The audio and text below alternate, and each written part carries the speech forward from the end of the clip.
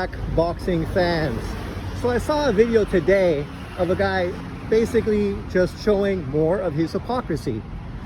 Of course, now he wants to make a video responding to people that are criticizing David Benavidez for being drunk in public during the fight this weekend.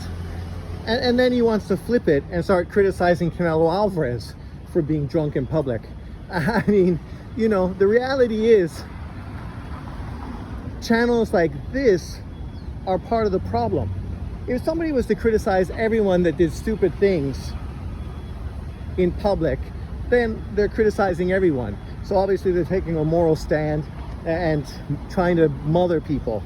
For me, I don't care. You don't see me making videos about it because it's irrelevant.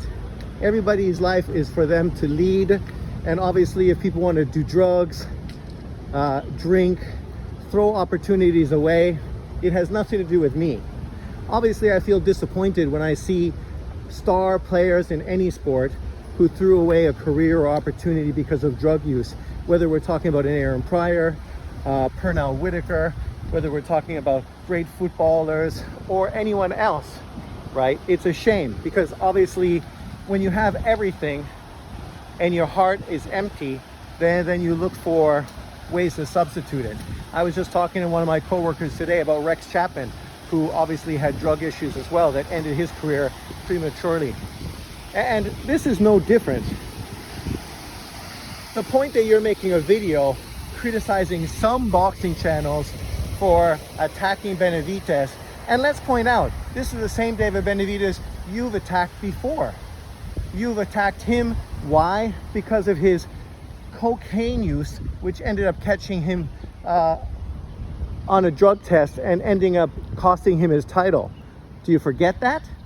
Right? The irony is we've seen this guy also criticize Kovalev for being a heavy drinker. So the point is, he only really cares about pointing these narratives out when he feels he can use it to his advantage, because he picks and chooses when to be upset or when to attack someone for making bad life choices, right? The truth is, David Benavidez, using drugs in the past, got caught, lost his title. That was him doing something unprofessional, which cost him his title, cost him opportunities to fight for unification fights. Then coming into a world championship fight, defending his title another time, he came in too fat and ended up losing his title on the scale. Once again, being unprofessional. We saw people point out this unprofessional towards PBC fighters back when the Charlos and Errol Spence were caught on video multiple times, pissed out of their face while being interviewed at PBC events. And then we see what happened as a result of that. Errol Spence almost killed himself drinking and driving in a car crash, which not only almost ruined his career, but almost ruined his life and his family's life. We saw Charlo, who now has mental health issues, right? And basically his career is, who knows what's left of his career. His brother went on to become undisputed. Obviously, he's had more control and hasn't been bitten by the addiction sort of problem as much as his brother, who, because of addiction to drugs and booze, obviously led him down the hole to where he is now with mental health issues.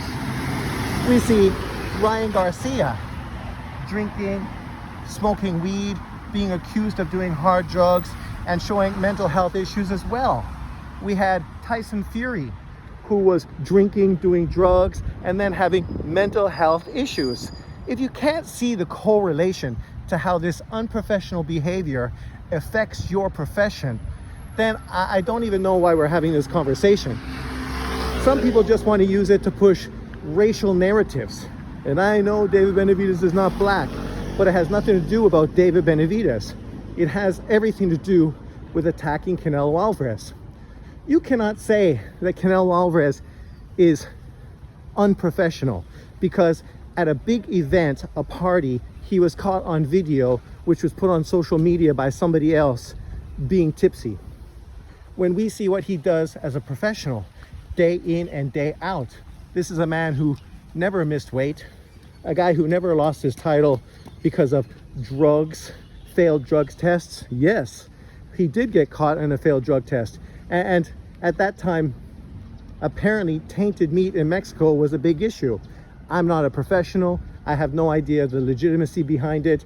To me, it just sounds like another excuse, no different than Tyson Fury saying he ate the balls of a bull, or Conor Ben saying he ate too many eggs, or, you know, Dillian White saying this or saying that. I mean, you get caught, you get caught. It has nothing to do with me. I ain't pointing fingers, I ain't criticizing.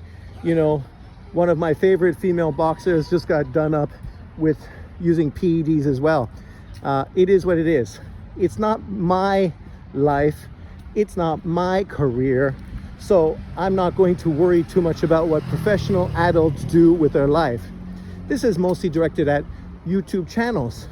They want to use this kind of stuff to continuously push narratives.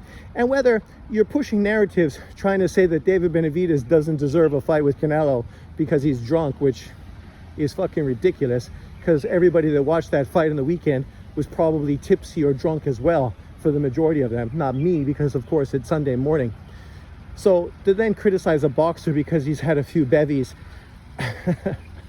it becomes a little hypocritical of these channels that do that. But we know channels all over YouTube consistently push narratives, are consistently inconsistent when it comes to fighters they like and fighters they don't like. But with this other channel, you know, we see what he's doing. If this was Lomachenko, who was caught drinking and, you know, drunk in public, you know he would be using that as an opportunity to discredit him, say he doesn't deserve world title opportunities, he doesn't deserve a Tank Davis or Shakur fight. We know what would happen. We've seen it before with relationships to Kovalev and others. Channels like this are just cancers to the YouTube universe, the YouTube boxing community, because it's always a narrative. They're not talking about the sport of boxing. No. They didn't talk about Richard and Hitchens' fight prior to the fight happening. They didn't come out boosting this fight, giving it attention, talking about the undercard with Diego Pacheco, the fact that these two fighters are in two of the hottest divisions in boxing, 140 and 168. Of course not, because they don't really care that much about boxing unless they can use it to continuously push whatever the narrative may be. With this guy, we know it's all about race, but with other channels, you know, it's fandom, fanboyism, you know, just to create controversy, like the LDBC. They want to be in conversations that are controversial so that they get more attention to their channels and more AdSense. So everything they talk about is always going to be pushing these kind of topics. But where are the real boxing channels? Where are the channels that actually talked about that DAZN fight card this weekend before the fight card? Where are the people that actually went live and talked about the fight when it was going on, and then talked about it afterwards? And not just to go, oh, a black guy won a close fight, so obviously, you know, judges and the fix is in and it's robbery. Yeah, okay. Yeah, it's because Richard Hitchenson is black that people are saying that, which is totally fucking stupid. It has nothing to do with the skin color. It has to do with the perspective that people felt that based on his natural gifts that he had over his opponent, length, height, and speed, better boxing ability, that he was going to be able to dictate the range for that fight and go on to win probably a very comfortable decision. A lot of that because people did not know who Limos was. It's kind of the same as when Castano fought Charlo. People also felt that Castano was robbed in the Charlo fight, so much so that there was a rematch. Why? Well, obviously it was a draw, but a draw doesn't mean you need a rematch. The champion kept his titles. He does not have to fight a guy he just had a draw with. He can move on to bigger and better things. But he chose to rematch Castano. And the reality of the situation is Castano overperformed in people's perspective or opinion. And because of that, people were very impressed with his performance, not so impressed with the opponent. It's not because the opponent was black, it's because they underperformed. It's the same way on my channel I was being critical of Diego Pacheco because he underperformed. Is it because he's Latino, a Mexican American? Of course it's not. It has everything to do with perspective. The fact that people expected him to go in there, get rid of this guy that they didn't even know, and make a statement. Yet that's not what happened. And with Hitchens against Limos, it's the exact same scenario. Limos was not expected to win. He was not expected to go in there and be as successful as he was. And he was super successful. People that had him winning was the majority of people watching the fight. And I saw, of course, this individual talking about, oh, people listening to DAZN commentators, they are biased, and this is what impacts the judges and the people's boxing fans' perspective.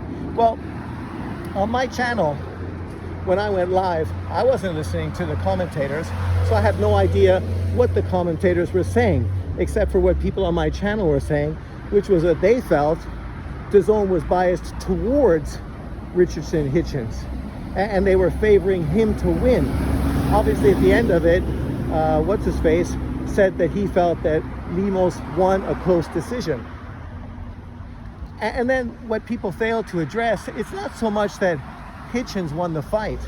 It was the fact that one of those scorecards was 117 to 111, which consistently is an issue we get from Las Vegas scorers. Consistently. This guy pointed out the terrible card towards Floyd Mayweather, but he didn't point out the terrible card in the Richardson-Hitchens fight, right? He made this big guffaw about the guy he wanted to win, that he fanboys for, that actually won the fight. But because one card went against this fighter, it was a majority decision. But he still won. In this fight, the fight that some people wanted to win didn't win. He lost. And one of the cards was ridiculous. And we see these kind of cards consistently. And when boxing fans who are hardcore consistently watch the sport and consistently see these kind of scorecards, so much so that actually the day before, Paulie Malignaggi on Pro Box even went in on the judges, even pointed out the fact that these guys are getting paid off, whether with money, fancier hotels, prostitutes, fancy dinners and bottles of wine, whatever it is that they're getting to help tip the scale for them to pick the house fighter.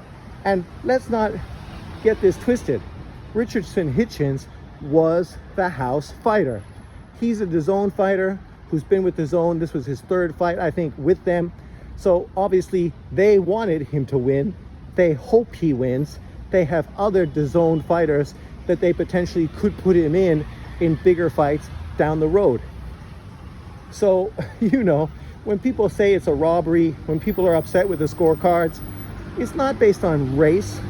It's not based on hate, because most people don't care about Richardson Hitchens, even within the black community, because if they did, people would have actually been talking about this fight the week of it, as opposed to ignoring it completely and not even acting like it was happening.